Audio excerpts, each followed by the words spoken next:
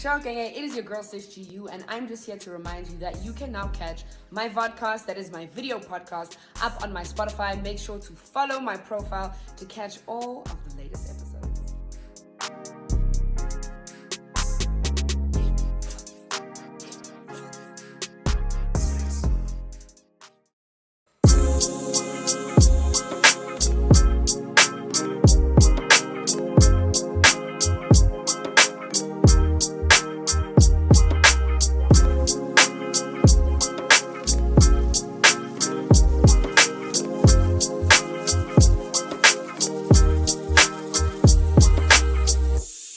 Brought to you by GN and Co. Sure, Genge, welcome back to yet another episode of After School is After School with your girl Sis G.U. To the Genge that is at home, I hope that you guys are well. And to those that are passing by, all right, I hope you like what you see and you join the Genge, please. I hope you like what you see and you join the Genge, please. I hope you watch ya and you join the Genge, please. Alrighty. As you guys can see, my sound engineer, who is normally behind the decks, behind the camera, is in front of the camera with me today. Yeah. Hi, Kelvin. Hey, how are you doing? I'm all right. How are you? I'm okay. You're okay? You're breathing? Yeah, day by day. Day by day. I'm just glad to be here. Shooting's been a minute. Yeah, it has been a minute. Wow. Yes. Yeah, it has been. That has been. But yeah, guys, we are currently in the month of June, and June is Men's Mental Health Awareness Month.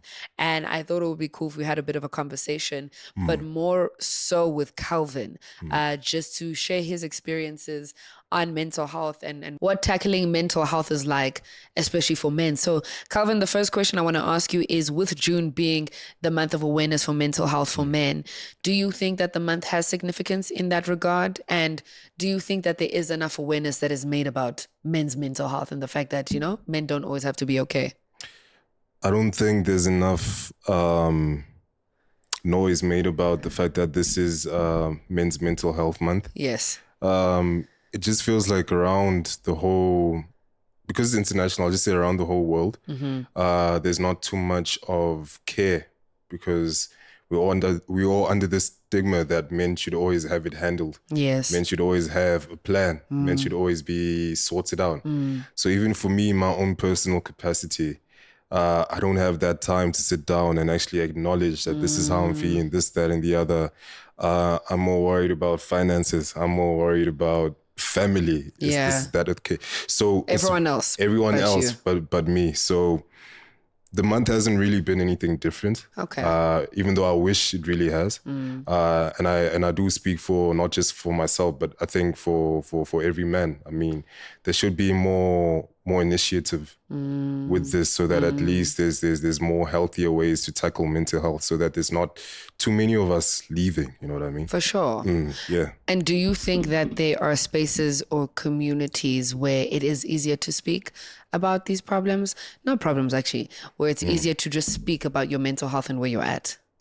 I think they are. I think it would be remiss to speak as if there aren't any, and it's like disregarding the work that they're actually doing. Yeah. I'd like to say that the people that are putting the time to make sure that men do have a space, they're all doing incredibly well. But, just thinking about the whole scale of things, I think the problem necessarily isn't how many groups of them are there, but I think it's with us as men, in a sense of how do we break that barrier to say that I need help? Yeah. I think we always grew up with that thing where it's like, I'd rather admit, or I'd rather die than to admit that I need help, than to admit that I am weak. There's that, because we were always being told that a man, if it's not your finances, it's your status in society, or it's your masculinity. Those are like the trinity of what makes a man. It's, if a woman cannot see you like that, then there's no respect. So I think even just at the core of everything, for us as men, we live for women. That's just, that's... I'm joking. We're providers. That's just the way that we're programmed. So at the very slightest, when that whole idea is taken away from us, it's like we lose that sense of identity. Outside of that? Yeah. So when that is being taught by our fathers, grandfathers, forefathers, that's something hard to shake off. And even though you're being encouraged to share, it's like you're now losing what makes you a man. And that is like losing the worst thing, you know, that you could have as a man. Yeah, I definitely think it comes from the fact or the place where you guys aren't allowed to feel your emotions. You're not allowed to acknowledge them. And I think that in feeling them, you become more aware, and in becoming more aware, you then know how to process, deal, and heal. And I think because maybe society is always expecting for you guys to be strong, and I know that you guys definitely see vulnerability as a weakness greatly. Yeah, with reason, of course. Yeah, I think if it was more okay for men to feel, and if you guys could feel more, you'd identify your emotions more, which I think would just help in the long run in general. Yeah. And I also think, you know, just the whole gist of it, because we're not trying to point fingers at anyone. For sure. It doesn't solve anything.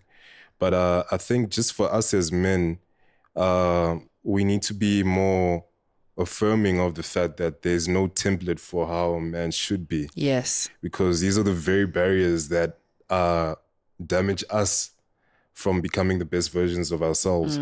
And what we also need to realize is that the person I am now obviously won't be the person I am in 5 years. But it's these templates that we've been given that doesn't allow us to grow forth. So for example, if I'm not emotional now, how do I expect to learn to be okay with your emotions and showing them later? Exactly. And even so, like that, how can I even be a more emotionally intelligent person to my partner? How do I be a father, a present father who knows how to advise my children, be there for them, you know? Definitely. It's so many facets in which you can look at it from, in which where you barricade your feelings, you're actually damaging a whole lot for yourself.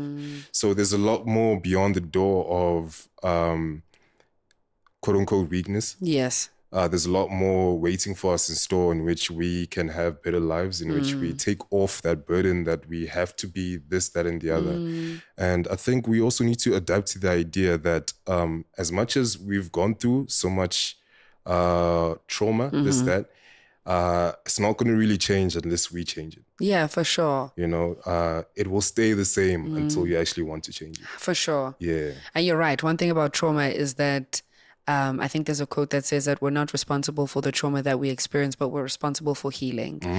And you can't heal unless you feel, unless you acknowledge, unless you have conversations. And I think that's what you're alluding to again, is that there's a power in speaking. There's a power in acknowledging. There's a power in feeling. And I know it must be very hard because everyone does expect for you guys to be so strong, but maybe it is about normalizing these kind of conversations within your friendship group, or at least within your family. I think it's really important that everyone in life has a support system, but moreover to men, just because, you don't, you know, I think it's far more normal for a woman to maybe come out and say like, hey, I'm struggling with this and so forth. And knowing that there's a community that will support us, hear us, and understand us. Whereas, I don't think it's that common to hear like a man just honestly be truthful. Like, I don't even think you guys know how to answer the question of how are you? Like, how are you truly? My friends get it, you know, sometimes we'll ask, how are you? And then sometimes I have to ask like, no, truly, how are you? You know? And I'm often met with the men in my life. It's very much like, oh, I'm fine. I'm good. I'm surviving. Like, bad day, but it's whatever, you know, instead of truly allowing yourselves to express. But I'm really happy that we're having this conversation in the month of June. Are there any closing words that you have before I give mine?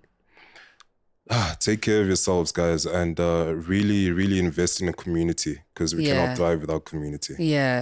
No, definitely. I think it's just about being more open, more honest, more vulnerable. There's nothing wrong with vulnerability. Talking often helps, and I think many people need that in their lives. So to anyone who is struggling, hopefully you do have a loved one that you can maybe reach out to, a friend or just someone who can hold space for you during this time. But guys, I think it's important to have conversations like this and to also realize that men are human beings just like us, and that they don't always have to be okay, and that the things that we deal with, they do too. Like, guys, it's the human experience to the core. Human experience. For sure. But guys, thank you so much for watching this episode. Kelvin? You know how we do. Man. Thank you for your time. Thank you for having me. Of course. Please make sure to like, share, subscribe. I'm going to put Kelvin's link in the description box below. Kelvin is a man of many different trades, so you'll get all of the links down there. Thank you, guys. Genge, it is your girl Sis G.U, and I'm just here to remind you that you can now catch my vodcast, that is my video podcast, up on my Spotify. Make sure to follow my profile to catch all of the latest episodes.